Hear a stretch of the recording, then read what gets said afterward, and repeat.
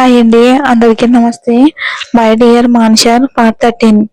అలా షవర్ కింద నిలబడ్డ అర్జున్ అరగంట వరకు అక్కడే ఆ చల్లటి నీటిలో తడుస్తూ అలానే ఉండిపోయాడు. కాసేపటికి బయటకు వచ్చిన అర్జున్ డ్రెస్ చేంజ్ చేసుకుని అప్పటికే తన మనసు కాస్త కుదుట పడడంతో వర్క్ మీద కాన్సన్ట్రేషన్ చేసి ఫుల్ గా బిజీ అయిపోయాడు. ఎంతగా అంటే తను లంచ్ చేసి ఉండడు అని అశోక్ గారు తనకి కాల్ చేసిన ముందే మొబైల్ కూడా సైలెంట్ లో పెట్టేయడంతో ఇక అది కూడా పట్టించుకునేంత తీరిక లేనంతగా అలా సాయంత్రం ఆఫీస్ టైం దాటిపోయాక తను కష్టపడుతున్న ప్రాజెక్ట్ వర్క్ లోనే ఇంకా బిజీగా ఉండడంతో టైం కూడా చూసేంత ఖాళీ లేనంతగా ఉదయం 11 గంటల నుండి చిన్న బ్రేక్ కూడా తీసుకోకుండా వర్క్ చేయటంతో అర్జున్ కి చిన్నగా తలనొప్పి అయితే మొదలయ్యింది. పైగా అర్జున్ 10-15 రోజుల నుండి డ్రింకింగ్ కి బాగా అలవాటు పడిపోయి ఉండటంతో అది రమ్మని పిలుస్తూ మరింత ఒత్తిడికి గురి చేయటం మొదలుపెట్టింది. ఇంకా వర్క్ మీద ఏకాగ్రత పెట్టలేక అప్పటి వరకు చేసిన వర్క్ అంతా కూడా సేవ్ చేసి టైం చూసుకున్నాడు అర్జున్. అప్పటికే నైట్ 9 అవడంతో తన క్యాబిన్ లాక్ చేసుకుని బయట ఉన్న సెక్యూరిటీని ఆఫీస్ లో అంతా చెక్ చేసి లాక్ చేయమని చెప్పి తను ఇంటికైతే బయలుదేరాడు. దారంతా ఒకటే ఆలోచన, అక్కడ అశోక్ గారు ఎలా ఉన్నారో అని. కాసేపటికి ఇంటికి చేరుకున్న అర్జున్ కి రోజు తన ఇంట్లో అడుగు పెట్టేసరికి హాల్లో తన కోసమే ఎదురు చూస్తూ ఉండే అశోక్ గారు కనిపించకపోవడంతో ఆయన లేని లోటు మనసుని మరింతగా కష్టపెడుతూ ఉంటే ఇక క్షణం కూడా అక్కడ ఉండలేక రాజయ్యని పిలుస్తున్నా వినకుండా వెంటనే తన రూమ్ లోకి వెళ్ళిపోయి లాక్ చేసుకుని తన కబోర్డ్ నుండి వైన్ బాటిల్ ని చేతిలోకి తీసుకున్నాడు. ఇటు అశోక్ గారు కూడా తాగుతూ ఆరోగ్యం పాడు చేసుకుని ఏమైనా అయితే నేను తట్టుకోలేను అన్న మాటలు తన బ్రెయిన్ అంతా కూడా మళ్ళీ మళ్ళీ గురి చేస్తున్నాయి. ఇక తట్టుకోలేక గట్టిగా అరుస్తూ తన చేతిలో ఉన్న బాటిల్ నేలకేసి కొట్టి బెడ్ మీద ఉన్న అశోక్ గారి ఫోటోని చేతిలోకి తీసుకుని నా మీద కోపం ఉంటే అది వేరేలా తీర్చుకోవాల్సింది తాతయ్య. నువ్వు లేకుండా ఊపిరి తీసుకోవటం కూడా నచ్చట్లేదు, మెతుకు కూడా గొంతుకు దిగట్లేదు. అసలు రోజు గడవడమే కష్టంగా ఉంది. ఎలా తాతయ్య అసలు ఇలా ఇంకెన్ని రోజులు అని అనుకోగానే తనకి తెలియకుండానే తన కళ్ళల్లో కన్నీళ్లు జలజల రాలటం మొదలయ్యాయి.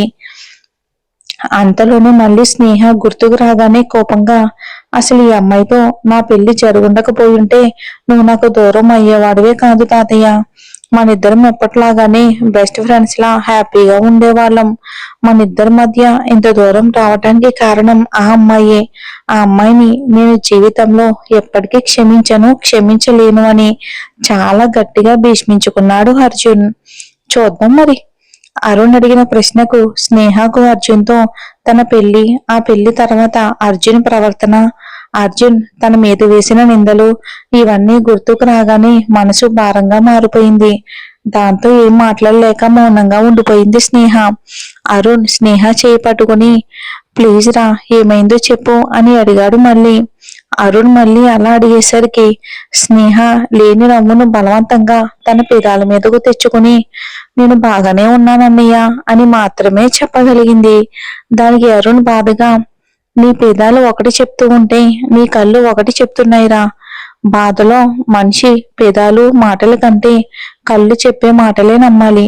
నువ్వు దేనికో బాధపడుతున్నావని అయితే స్పష్టంగా అయితే తెలుస్తుంది అని అనుకుని స్నేహను కార్ దగ్గరకు తీసుకుని వెళ్ళి ఆమెను కారులో కూర్చోమని చెప్పి తను ఇప్పుడే వస్తాను అంటూ వెళ్ళి చాట్ తెచ్చి ఇచ్చాడు వరుణ్. వద్దని అతన్ని బాధ పెట్టడం ఇష్టం లేక అలాంటివి ఎప్పుడు తినేది లేకపోయినా కష్టంగా తినింది స్నేహ.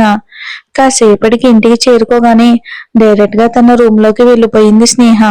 అరుణ్ మాత్రం అశోక్ గారిని వెతుక్కుంటూ ఆయన రూమ్ లోకి వెళ్ళేసరికి స్నేహితులిద్దరూ చాలా బిజీగా కబుర్లలో ఉండటం, సారీ తాతయ్య, మీ ఫ్రెండ్స్ ఇద్దరు చాలా బిజీగా ఉన్నట్టున్నారు, డిస్టర్బ్ చేశానా అని అడిగాడు అరుణ్ చెవులు పట్టుకుని.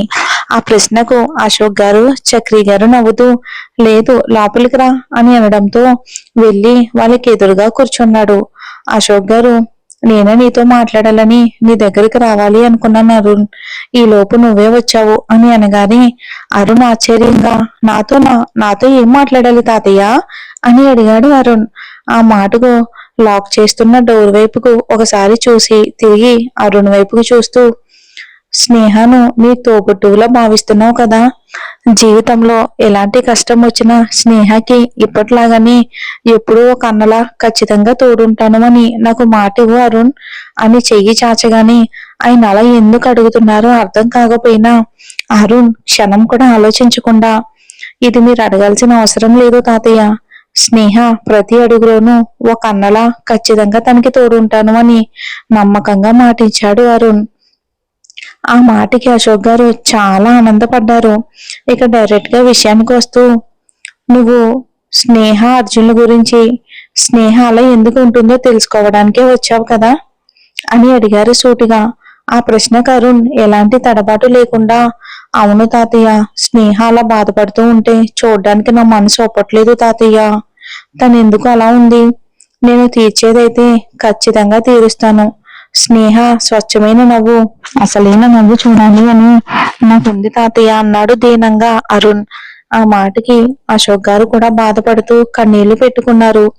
చక్రి గారు ఓదార్చడంతో కాస్త స్థిమితపడి, స్నేహ చిన్నతనం, ఆడపిల్లగా పుట్టడం కాక ఆ ఇంట్లో పుట్టినందుకు ఆమె ఎదుర్కొన్న సమస్యలు, చెయ్యని తప్పుకు ఆమె అనుభవించిన శిక్షలు, వాటిలో భాగంగానే తనకి జరగబోయిన ఈ పెళ్లి అదృష్టవశాస్తు అర్జున్తో జరిగిన పెళ్లి. అప్పటి నుండి ఆమె అర్జున్ నుండి ఎదుర్కొంటున్న చేతులింపులు, చిత్కారాలు, మనసు విరిచేసే మాటలు ఏదీ దాచకుండా అన్నీ చెప్పేశారు. అదంతా విన్న అరుణ్ చిన్న పిల్లాడిలా ఏడుస్తూ, తనేం జీవితం చూసిందని తాతయ్య, దేవుడు తనకి ఇన్ని కష్టాలు పెట్టాడు. పాపం తాతయ్య చిన్నప్పటి నుండి ఆ ఇంట్లో నరకం చూసి ఉంటుంది. కనీసం ఇప్పుడైనా ఆ విరిగిపోయిన మనసుకి అర్జున్ ప్రేమతో స్వంతన దొరుకుతుంది అనుకుంటే అర్జున్ మనసే బండరాయిలాగా ఉంది. అది ఎప్పటికి మారాలి, అందులో స్నేహకి ఎప్పటికి స్నానం సంపాదించాలి అని వెక్కి వెక్కి ఏడుస్తూ ఉండిపోయాడు అరుణ్ బాధగా. అరుణ్ కన్నీళ్లు చూస్తే అశోక్ గారికి, చక్రి గారికి ఒక విషయం అయితే క్లియర్ గా అర్థమైంది. స్నేహ చేతినైతే అర్జున్ ఎట్టి పరిస్థితిలోనూ వదిలిపెట్టడు అని. అది అర్థం కాగానే ఇద్దరికి చాలా సంతోషంగా అనిపించింది. ఎందుకంటే అర్జున్ని మార్చడం అంత తేలిగైన పనైతే కాదు. అలా అర్జున్లో మార్పు తీసుకొచ్చే ప్రయత్నంలోనే స్నేహ మనసు ఇంకెన్ని గాయాల పాలవుతుందో. ఆ గాయాలకు మందు పూసే బలమైన బంధం ఒకటి ఉండాలి. ఆ బంధం మాత్రమే స్నేహాలో ఫీల్ అయిన ప్రతిసారి ఆమెను స్ట్రాంగ్ గా మార్చగలిగేది. ఆ బంధం మాత్రమే. అందుకే ఇప్పుడు అరుణ్కి స్నేహ మీదున్న ప్రేమ, అభిమానాలు చూశాక ఆ ఇద్దరికి అరుణ్ మీద ఈ విషయంలో పూర్తి నమ్మకం అయితే వచ్చింది. అందుకే అశోక్ గారు అరుణ్ దగ్గర స్నేహ గురించి ఎలాంటి దాపరికం లేకుండా అన్ని విషయాలు చెప్పారు. ఇంకా డిన్నర్ టైం అవుతూ ఉండగా డైనింగ్ టేబుల్ దగ్గర స్నేహాన్ని చూసి బాధపడుతూ, మొత్త గొంతు దిగక మధ్యలోనే హ్యాండ్ వాష్ చేసుకుని హాస్పిటల్ కి టైం అవుతుంది అంటూ ఎవరికి మాట్లాడే అవకాశం ఇవ్వకుండా తొందరగా అక్కడి నుండి వెళ్ళిపోయాడు అరుణ్. అరుణ్ ఎందుకు బాధపడుతున్నాడు అని అర్థం కావటంతో అందరికీ కూడా తనని చూసి బాధగానే అనిపించింది. ఉదయం అరుణ్ తన డ్యూటీ పూర్తి చేసుకుని తిరిగి ఇంటికి చేరుకునేసరికి స్నేహ నిన్నట్లాగే గార్డెన్ లో అదే ప్లేస్ లో కూర్చుని ఉండడంతో మౌనంగా వెళ్లి ఆమె పక్కనే కూర్చున్నాడు అరుణ్. అరుణ్ రావడం గమనించిన స్నేహ చిన్నగా, ఏమైంది అన్నయ్య, ఎందుకు అలా ఉన్నావు అని అడిగింది బాధగా. ఆమె గొంతులోని బాధ అర్థమైన అరుణ్ కాసేపు అలా మౌనంగానే ఉండిపోయాడు.